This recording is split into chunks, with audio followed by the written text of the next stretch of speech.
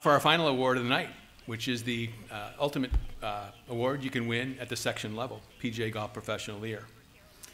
Before we get into the final award of the evening, please turn your attention to the screen to watch a short feature on our next honoree.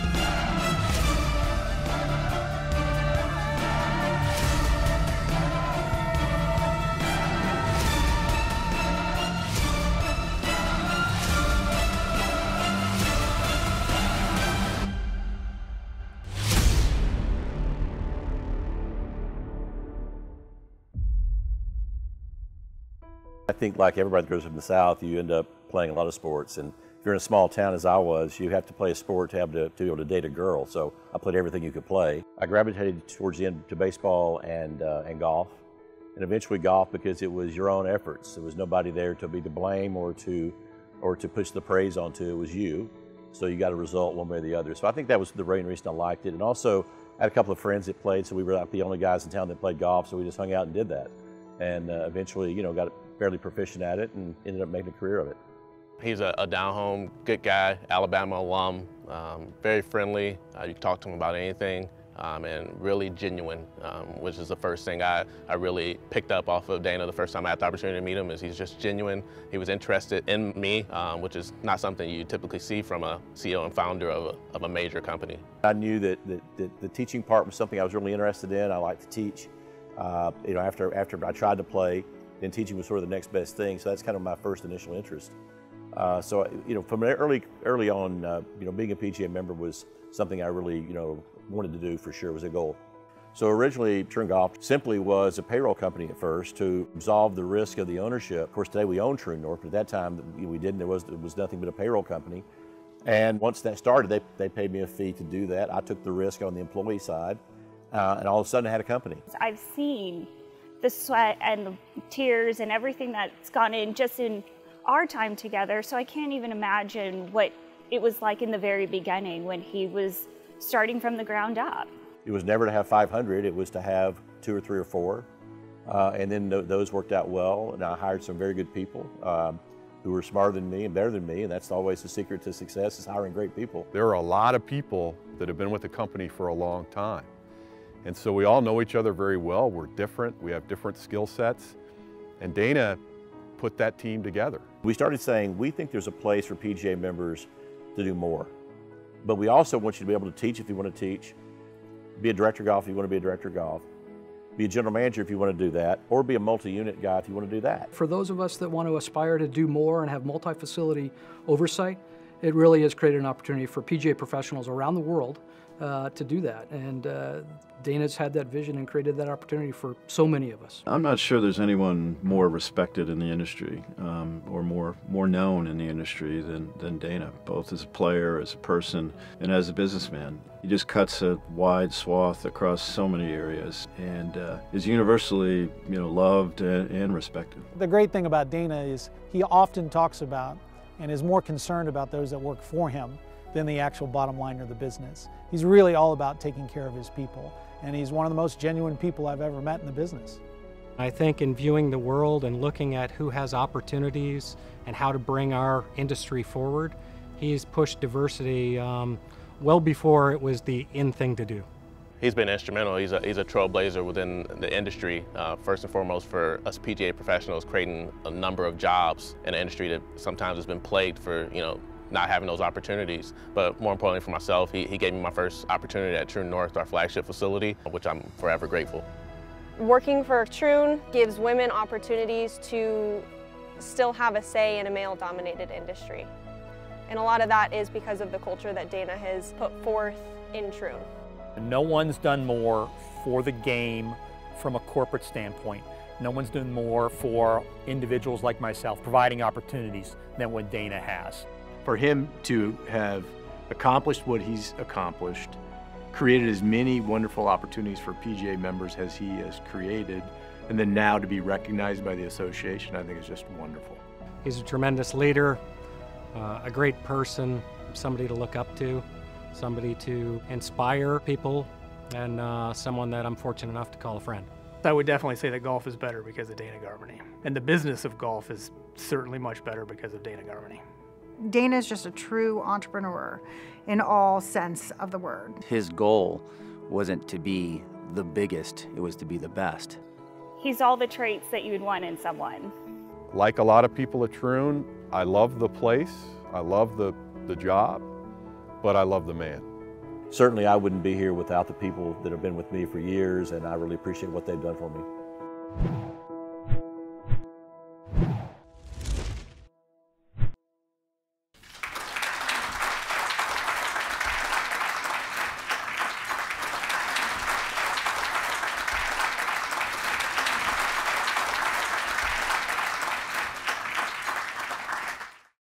I don't know who's luckier, you getting the Golf Professional of the Year, highest honor, or me getting to sit in front of you, talking to Dana Garmany. Let's face it, I'm probably the oldest and fattest guy that's ever won the award. So, you know, what a great video! Congratulations to you. It is absolutely the highest honor. Being here in your adopted home state, your home PGA section. What does being honored with the Southwest PGA Golf Professional of the Year mean to you? Well, I think in particular it means that, you know, for the first time there's been an ability to do it from a different point of view. And we have in our company of 600, 700, 800 PGA professionals, we have traditional roles all the way to multi-unit guys. And so for us to be able to say that we can offer you can teach, you can run a division, you can be a private club director of golf, or you could be a multi-unit guy, or you could be the CEO of a company. It's all possible. So, you know, for me, it's very nice to be able to say this opportunity is out there for you. Yeah. Well, to be Golf Professional of the Year, you made that happen. That's pretty awesome. But speaking of honors, last week at the PGA annual meeting in Milwaukee, you were recognized as the inaugural recipient of the Golf Executive of the Year. How cool was that moment in Milwaukee, and what does it mean to you to be that first honoree in the PGA of America? It was a very great moment. At the same time, if you get old enough, they start giving you stuff to get rid of you. So I'm pretty confident this is kind of my swan song here, that they give you a few things, they say, please go away. So that must be part of it. But no, it was very cool because, again, it was the recognition of the PGA that there are roles that are outside of the norm, which meant a lot to me to be there. And there were some great people there with me that worked with me for years who were there. And so it was a very special moment. My wife Amanda was there with me, so it meant a lot. And so it was a great moment, and I'm very happy to be the first. Yep. And there'll be other people that follow, so it'll be fantastic, yes. Well, after earning your degree from the University of Alabama, you began your career in golf as a traditional PGA professional and teacher, like we learned about in that video. What was it about the PGA of America that drove you to earn your PGA membership? Well, you know, like many of us did, I thought I was a terrific player, and so I was at one point headed off to law school to do those things, and I realized that didn't really want to do that, and then I gave it a short term of playing, and then I met some people. Woody Woodall at the Country Club in Mobile, Alabama, taught me about this career that I could have. My first job was with Mr. Sargent at Atlanta Athletic Club, and I was stuck so deep in the bag room I couldn't see the sunshine. Yeah. But it was my first job, and so I learned to love it and do the things that I did, and from there to a few other places in Alabama, and then in 1989 I came out here. But it's been a great run, and I've met so many terrific people and have an opportunity to grow along with these people that I've been around. And you know, I have 3 tables of people here tonight who've all done this role for me. I get the awards and the accolades, which is really kind of stupid because these people have really earned it. And I'm sure sometimes they're like, that guy's really up there getting an award. I mean, we did all the work. I mean, what's this about? But I'm truly appreciative of what's happened in this long journey. And being a PGA professional has been one of the greatest things of my life, for sure. Awesome. You know, a lot of people know what the Troon story is. It's pretty well known, but in 1989, before you decided to relocate to Arizona and get involved in True North as a payroll company, you almost took a head professional job in Kansas City, I believe. Do you ever think about that moment and wonder how your career may have turned out if you didn't come to Arizona? It's super depressing to think Is about it? that. Yeah, it is. I could be in Prairie Village, Kansas right now. Rooting for the Chiefs, right? I don't know what would happen. I have no idea how that would happen. I certainly wouldn't have my beautiful hot wife. And I'd probably be single and living, eating hot dogs in an alley somewhere. So I'm very happy I did what I did. That's awesome. So again, continuing on mentoring, which is what we do every year at these award banquets, who were some of the people who mentored, inspired, and helped you early and throughout your career? I mentioned Woody Woodall, who really told me that once I decided I couldn't play well enough, which I think is evident when a good player in a 72-hole event shoots 76 once out of the 4 rounds, you're probably not going to make very much money. Yeah. And so he said, listen, there's another career path. I'm ready to go to law school, blah, blah, blah. And then really another guy who's still my partner today, Bob Barrett. Bob Barrett was the Augusta National. He became the director of golf at Shoal Creek at 26 years old. And that sort of said, you can do something if you want to be outstanding and do the right thing, you can do something great early.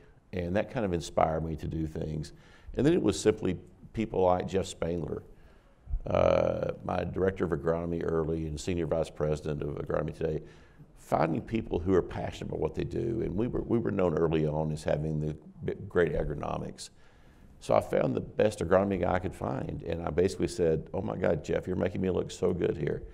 He did so many great things. He hired so many great superintendents. He hired, and it became a sort of a mission of love as it went on. So it was not only the people that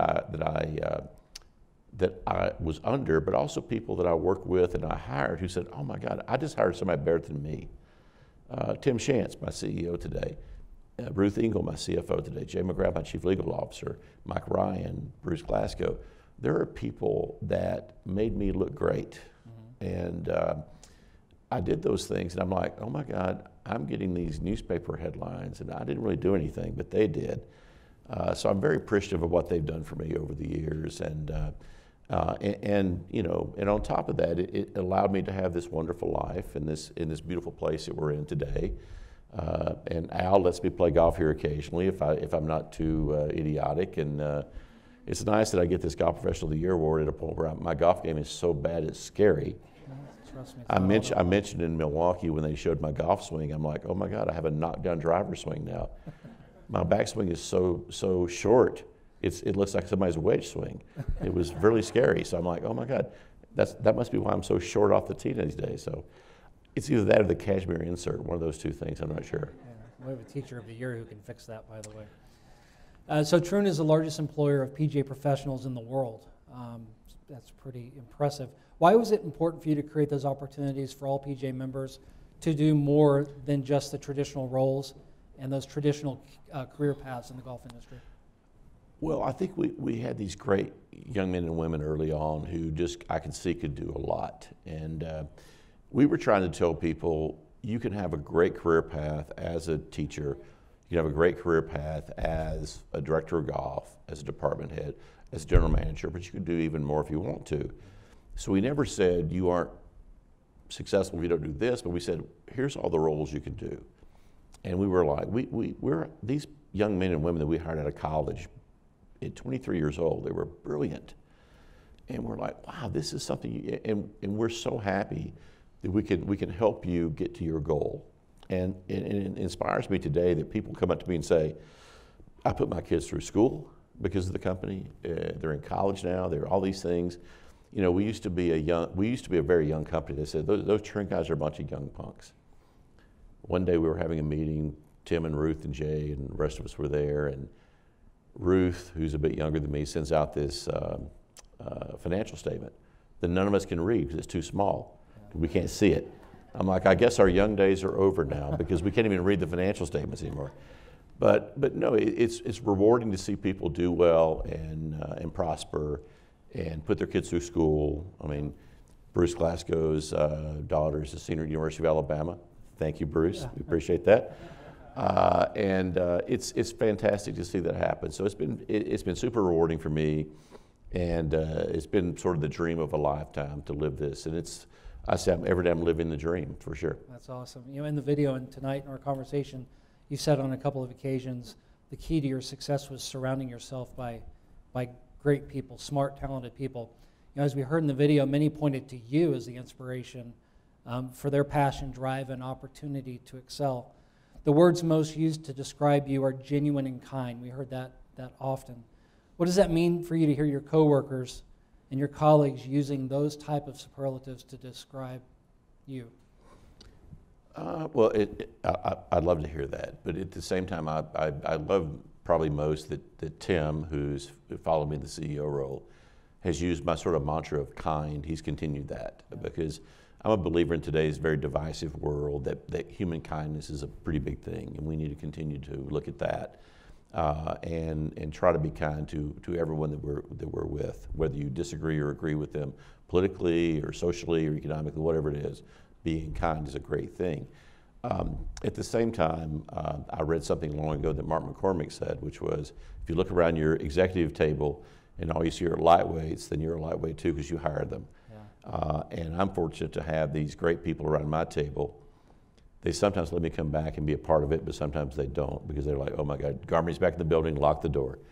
But I'm very happy that I've got this great team that's taking Troon to new heights. We'll take it even further. And in the meantime, you know, my wife, it's funny, during the pandemic, my wife was a little bit tired of me, and she was saying, you know, Dana, this is getting really old. One of us needs to go back to work. And I said, I'm going to miss you. So I'm actually a very good semi-retired person. And if Tim continues to do even better, I'll be a fully retired person soon. So I'm leaving that up to Tim. Which is a great segue, because now that you're the executive chairman of Troon, my next question was for all the free time that you're about to have on your hands, or you have on your hands now, what does the future hold for Dana Garmany? Well, I think I'm going to try to somehow get below about an 8 handicap because I'm not playing very well. And I've just had a 4-month off hiatus because of some surgery. And I said to Al the other day, I said, Al, is the range open? He said, yeah, but are you going to show up to use it? And so I want to work on my golf game, have some fun. And the great thing about being my age and going through the career is I love playing golf now more than I've ever loved it in my life. I don't care if it's 75 or 90, I really don't. I love it. I love going out there. My wife and I love to travel. My wife has taught me a lot about golf. Doesn't have to be someone who has a handicap or play in a tournament. My wife loves to play. We have a membership in New Zealand, and my wife loves to play there because it's fescue. The fairways are 8.5, the greens are 12. 50 yards off the green, you can putt it. And she's so happy there. That little low hook goes a long way there. Yeah. But it taught me that, you know, if you don't want to have a handicap playing a member guest, it doesn't matter. You can still play golf.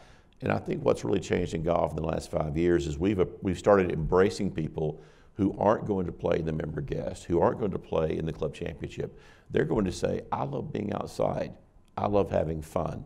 If we make it fun, if we're kind to people and we make them have a great experience, our game is going to boom beyond all belief. Absolutely. You know, you've seen a lot of people come through your company. You have to, with all these golf courses and the size of your company. I guess I would ask you to tell any PGA members watching online or in the room today, what's going to be the secret for them to advance in their career, regardless of where they're at, whether they're in the bag room like we all started, or an assistant golf pro? What do they need to do to advance themselves? There's not really a secret sauce, but I do think this. You have to appreciate performance and appreciate people that do well. And you have to find people that want to do well for the good for the greater good. And that could be someone who teaches their ass off and they're out there every day trying to help on the range. It could be someone who runs your outside service group. It could be someone who's going to be your head professional, whatever the case may be. It becomes, how can I do things to make people have a great experience? Because listen, people don't have to play golf. You know, people have to eat. People don't have to play golf. So if we make golf, if we go back to the old white guy we don't want you to be here mentality, this game is done. We've got to go out there and embrace things that make people want to be there. We can't be crotchety. You know, my children, I used to use the example, my generation was, if I walked up to a golf course and it had, here's the 40 things you can't do while you're here, we'd still, okay, we'd open the door and abide by the rules. My children would say, are you kidding me? That's a great point. They're done. So we got to say to people, this is how we're going to make this game fun for you, embracing everyone. It's an incredibly great and wonderful experience you can have on a golf course. And we need to just do a better job of making sure that we're embracing everything, having fun, making people have a great experience. And if we do that, we're going to find that the next 5 or 10 years are going to take us from 25 to 30 to 35 million people. We're going to have people that say, I can go play golf for 30 minutes and play 2 holes, raise some golf balls, and have fun. I don't have to play for 5 hours and play the member guest and have a handicap to be considered a golfer. And if we do those things, I really feel great about where we're going. That's I really awesome. do. That wasn't a planned question. I feel excited I can sit here and pick your brain. I want to know what the secret is. And I think a lot of people do. You know, how do you survive 40, 50 years in the golf business? And I agree, you just got to be passionate and believe in what you do and excel and try to be better than everyone else. Listen, Jamie, I'm lucky because, you know, I'm one of those people, and you know, my standard stump speech is to tell people that, you know, there's an aha moment that comes along for people. And in my case, it came along because of health issues and thinking I wasn't going to be around a couple of different times. And so my moment was easy to find. Like, looking over the abyss is not pleasant. So why am I worried about these things I can't control? Why am I worried about things that I'm spending psychic energy on that really it doesn't matter? And so I always tell people, don't go to that point. Be better than me. Figure out that spend your time on things you're passionate about, spend your time on things you can control or have an impact on, and pick your battles and be kind to everyone. And if you do that, boy, you wake up every day, and oh my God, the sun's rising, it's wonderful, it's fantastic. And don't be a stereotypical type A personality where you're never happy. Right. And so it's been a really rewarding many years since I was sick, and I wish I could have done it earlier. But my guidance is to say, you don't have to be sick to figure this out. Sure. So I'm a big believer that we can make things better. We can be kind to each other, and we can do things that are transitionally great, to taking people to a better spot. And we're in the greatest game in the world. I mean, how many people can go out and do what we do, go to work every day, and it's not a job, it's a career. Yeah. We love it. We love being out there with people. We love that people can go out there and experience these few hours of incredible, a very high moment where they're outside, they're in nature, they're playing golf, and they're having fun. So if we've been a small part of that, we're super happy about it, but we want to continue to do it, and I hope my team continues to provide that. What an awesome thing to say. I've told people that for years. I get to wake up and I go to a golf course every day, you know? Hey, we're not building widgets. It could be, you know, we could be building widgets out there, but we're not. We're having fun. So you're a Southwest PGA Hall of Famer, Answer Award recipient, now Golf Professional of the Year. Al Sutton, President, Michael, do we have any more awards for this guy? How about oldest guy to ever win something? No, is that going to come on? So. I do have one more question. This is a fun one. I saw you holding the guitar in that video. I hear you got quite the guitar collection. We talked for a couple of minutes. Everybody wants to be a rock star, everyone I've ever talked to. If you could trade all this to be a world-class rock star in front of 80,000 people in the stadium, would you trade all this to be a rock star? I would be John Lennon if I didn't get shot, but yes, I would be. I mean, clearly, it's the, you know, in my garage bands that I've played with and have, there's no high like that. I got to be honest with you. My wife is like, you're insufferable when you play guitar. You're like, you think you're something you're not. And I'm like, but I feel so good doing it. It feels so good. But no, I love music. You know, I think everybody, you know, whether it's a book or poetry or music, you sort of remember a moment when you heard a song, or you went on a date with a special girl and this song played, and you kind of remember it forever. Sorry, Amanda. And it just hangs with you for years. But music's a special thing for me, and when I play guitar, it's like I get lost. Absolutely. I get lost in it, so it's wonderful. I love it. Yeah, I share that feeling with you. Well, congratulations. Again, it was my honor to sit here and learn a little bit more about you. Well, Jamie, you've had a great career, and I'm very appreciative to be up here with you. And I'm very happy to be in this spot, and very happy that being a PGA member has been very special to me. And I'm especially happy for the people at these tables who've made me look good over the years. So thank you very much. We are happy that you call our section home. Congratulations, well deserved. Look forward to hearing you play music someday. How about that? Thank you very much.